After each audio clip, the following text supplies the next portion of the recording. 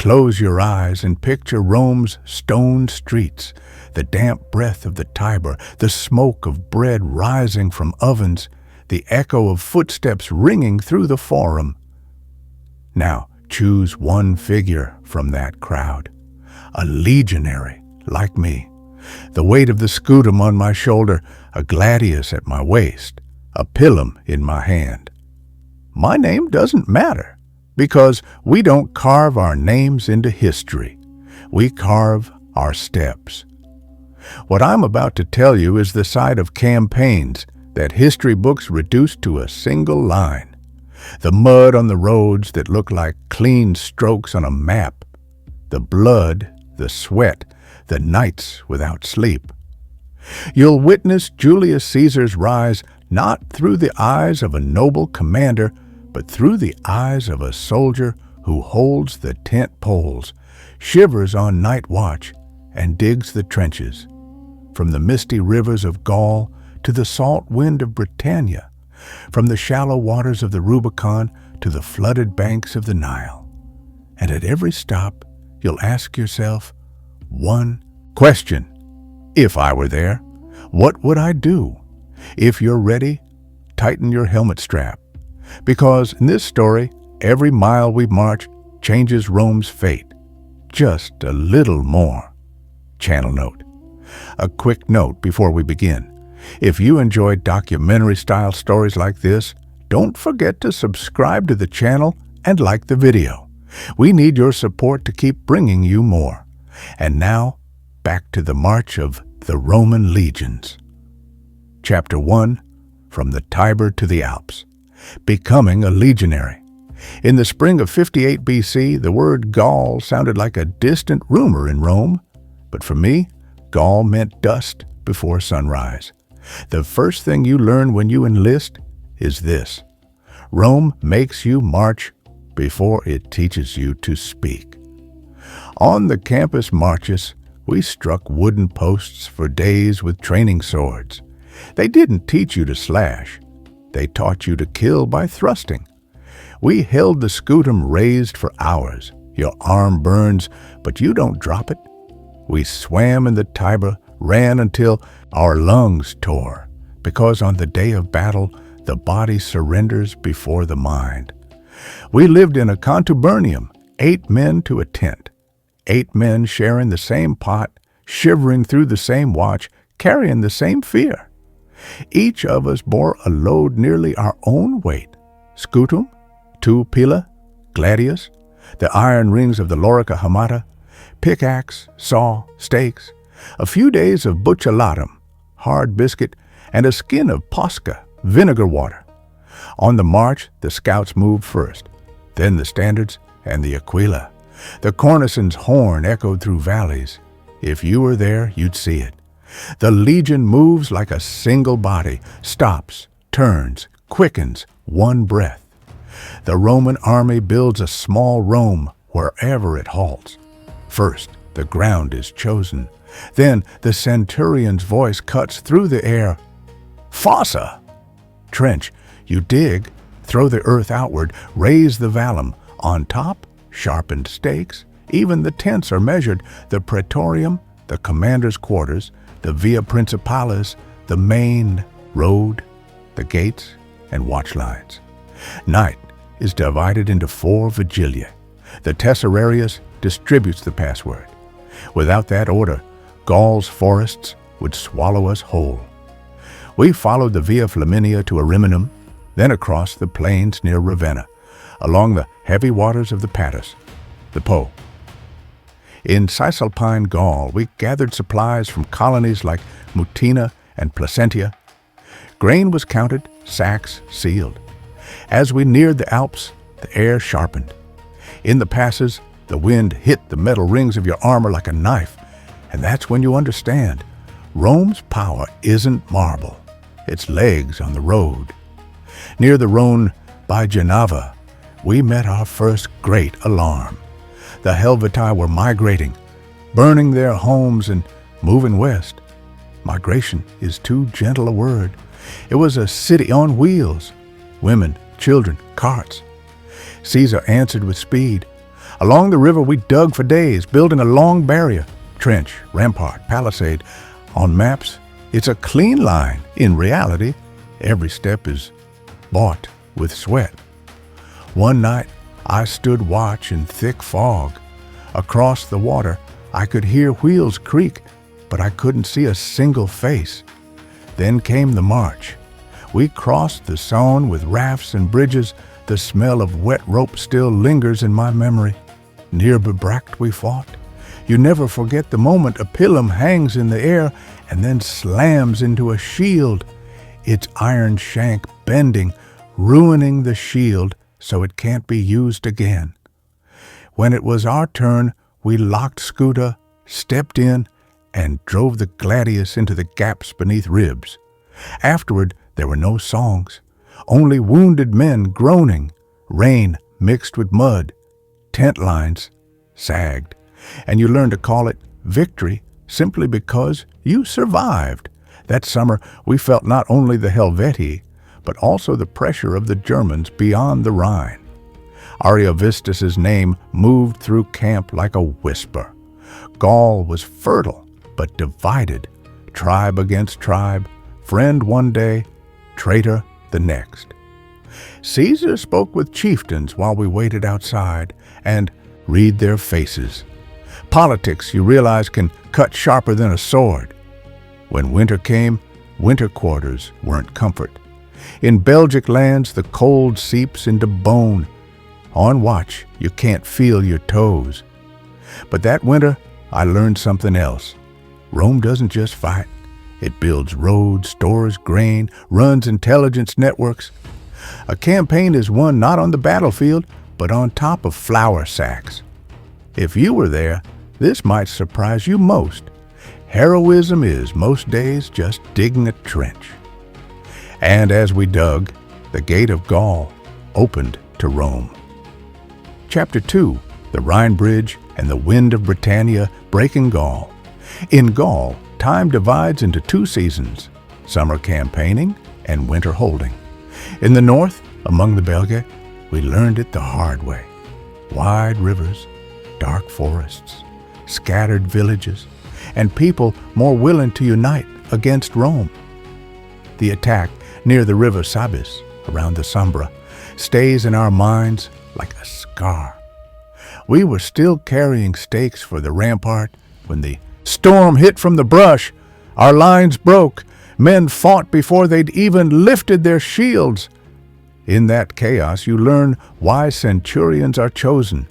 A man stands in front, lifts a fallen standard, shouts, "Here!" I swear I saw Caesar himself at the front, taking a soldier's shield and pointing where to hold. That's leadership. Not just orders, but stepping into fear and dragging order back out. Wintering in a town isn't hospitality. It's hostage-taking. Grain stores are counted, bridges guarded, messenger routes controlled. Deals are made. Give hostages, pay tribute, provide horses. If you were there, you might want to think Rome brings justice. But often, it's simply necessity. Because if supplies fail, even the best legion dissolves into hunger. In 55 BC, we reached the Rhine. It seemed to dare us, "You won't cross." Caesar's answer was engineering. Pairs of piles were driven into the riverbed, angled against the current, reinforced by braces. Beams were bound, planks laid. In days, a bridge stood. As I marched across, the wood vibrated under my feet. Below, the Rhine churned as if it wanted to swallow us. On the far bank, the forests were darker, the air wetter. We didn't stay long, but crossing was the message. Rome's hand can reach anywhere it chooses. That same year, we went to the sea. At Portus Aetius, the coast smelled of tar and rang with hammers. The crossing to Britain looked short on a map. At sea, the wind is more ruthless than politics. When a wave tilts the ship, even the bravest man empties his stomach. As we neared shore, we saw chariots on the hills, The Britons struck fast, throwing spears, retreating, circling. Our heavy armor was both strength and burden. What shocked me most in Britain was the tide. One night our ships were safely moored. By morning the sea had risen, snapped ropes, smashed hulls. The island itself seemed to say, "There are limits to your welcome." Inland we marched through fenced fields, bog passages, endless rain. Crossing the Thames, the water was ice. Some men held their shields above their heads. We made agreements, took hostages, and left. But I carried the feeling that we landed on the island, yet the island never belonged to us. Then, in 52 BC, Gaul became one voice, Vercingetorix. Tribes forged years of anger into a single command. At Gergovia, charging uphill through narrow paths, we saw how walls and terrain grind even Roman discipline. A misunderstood signal pushed us too far, and we had to withdraw. Then came Alesia, a hill fort, the enemy inside, a relief army outside. Caesar returned to earthworks. We built an inner ring facing the town, circumvallatio, and an outer ring facing outward, contravallatio.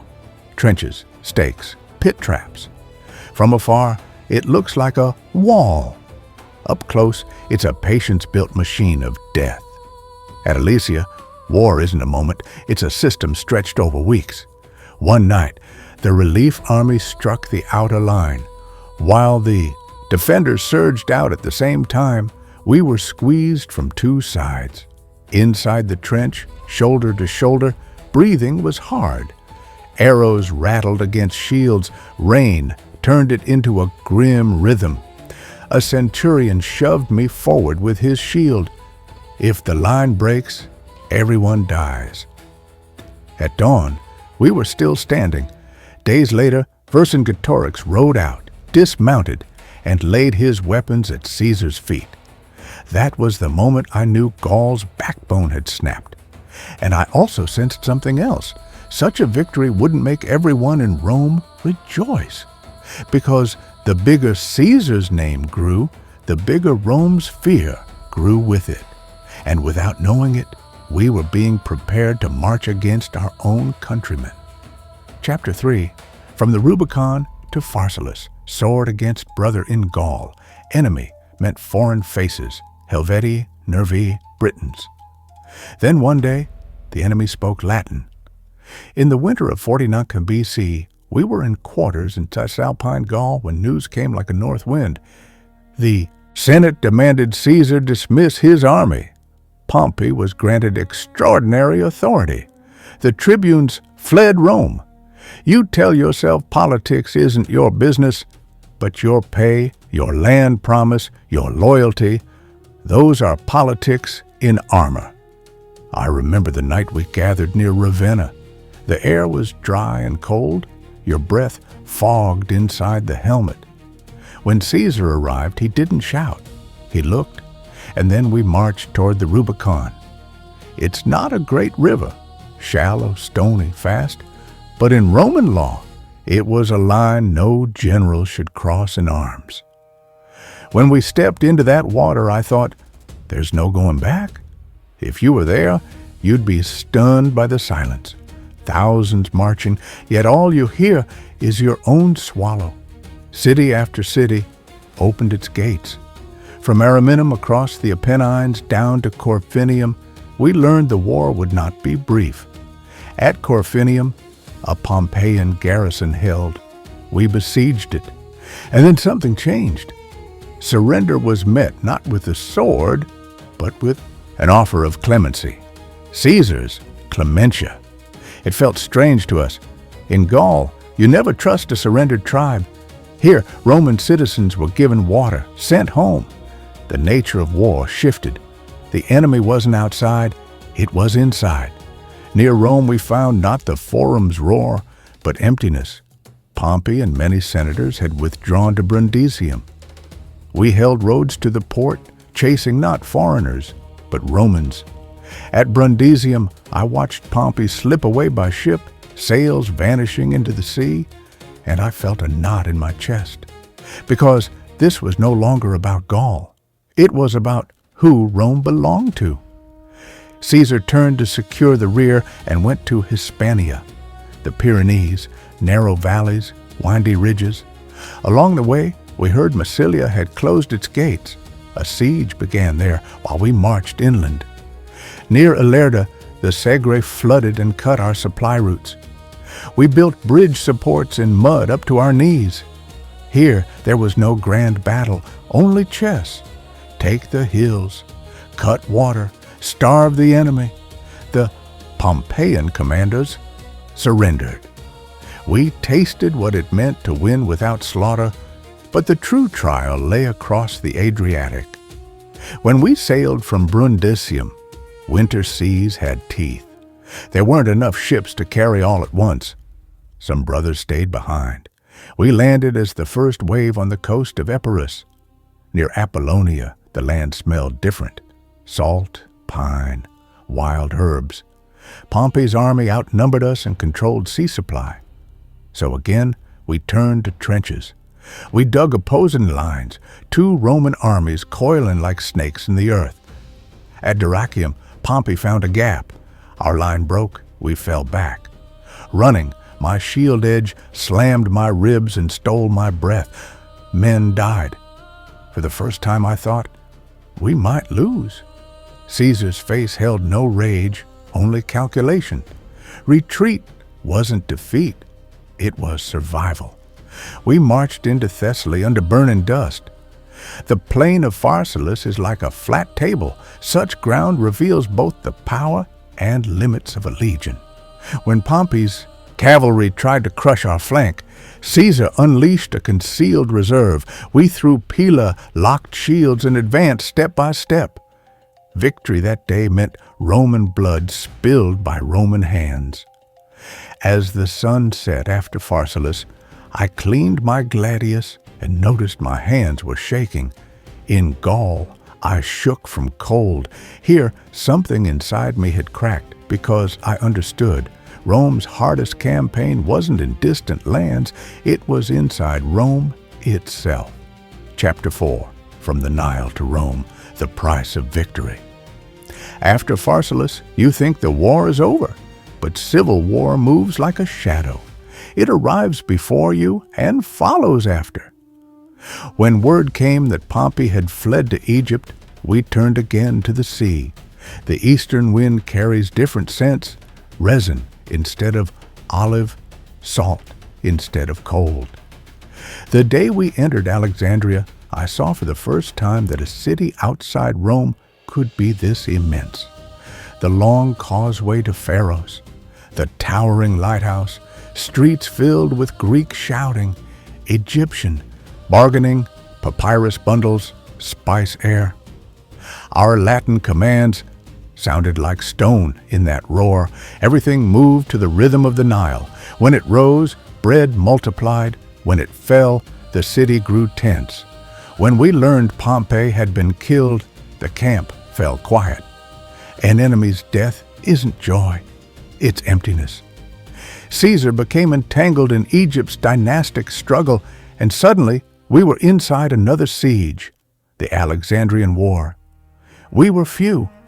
The city was a labyrinth. We held the palace district and fought for control of the harbor.